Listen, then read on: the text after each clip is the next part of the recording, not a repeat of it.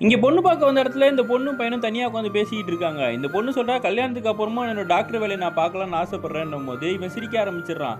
"நம்மளே அமெரிக்கா போக போறோம். நீ அங்க வந்து என்ன பண்ண போற? அதெல்லாம் தேவை கிடையாது. நீ அங்க இருந்துட்டு வீட்ட பார்த்துக்கிட்டா போதும்ன்னும்போது, "இல்லங்க நான் இவ்வளவு நாள் படிச்சதெல்லாம் வேஸ்ட்டா போயிரும்னோனே" இவன் சிரிச்சுக்கிட்டே கீழ போறான்.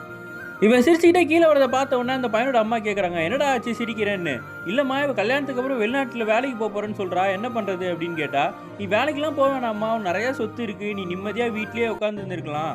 உங்க பொண்ணுக்கு சமைக்க தெரியுமான்னு?" பொண்ணோட அம்மா கிட்ட கேட்கறாங்க. "சூப்பரா சமைப்பாளேன்னும்போது, அப்படியா சமைக்கிறதுக்காக நாங்க ஒரு ஆள் போட்டு வச்சிருந்தோம். அவன் மாசம் 40,000 வாங்கிட்டு இருந்தான். இப்போ இந்த பொண்ணு வந்துட்டா எந்த பிரச்சனையும் இல்ல பாருங்க." அப்படின்ன உடனே இவங்க ஃபேஸே மாறுது.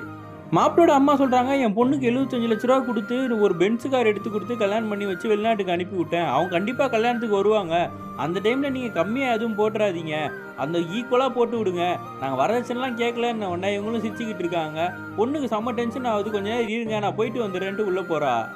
பொண்ணும் கொஞ்ச நேரத்துல பேப்பர்ல நெறைய கணக்கெல்லாம் போட்டு எழுதிட்டு வந்து அந்த பையனோட அம்மா கிட்ட குடுக்குறாங்க. "இதெல்லாம் எம்பிபிஎஸ் படிக்க வைக்கிறதுக்காக எங்க அப்பா இவ்வளவு நாள் பண்ண செலவு. நீங்க சொன்னீங்கல்ல வரதட்சணை பணம். அதுலேருந்து இது எல்லாத்தையுமே கழிச்சுக்கோங்க. மிச்சத்த நாங்க எப்படியாவது செட்டில் பண்ணிடுறோம். அது போக நீங்க வெளிநாட்டுல வந்து ரூ. 40,000 குடுக்குறேன்னு சொன்னீங்கல்ல சமைக்கிறதுக்கு. எனக்கு ரூ. 25,000 குடுத்தா போதும். நான் கல்யாணம் பண்ணிக்கிறேன். உங்களுக்கு ஓகேவான்ன உடனே இவங்க எல்லாருக்கும் செருப்பால் அடிச்ச மாரி ஆயிடுது. எதுவுமே பேசாம அங்கருந்து கிளம்பி போயிடுறாங்க. பொண்ணோட அம்மா சொல்றாங்க, "நீ ரொம்ப ஓவரா பண்ணிட்டீன்னு.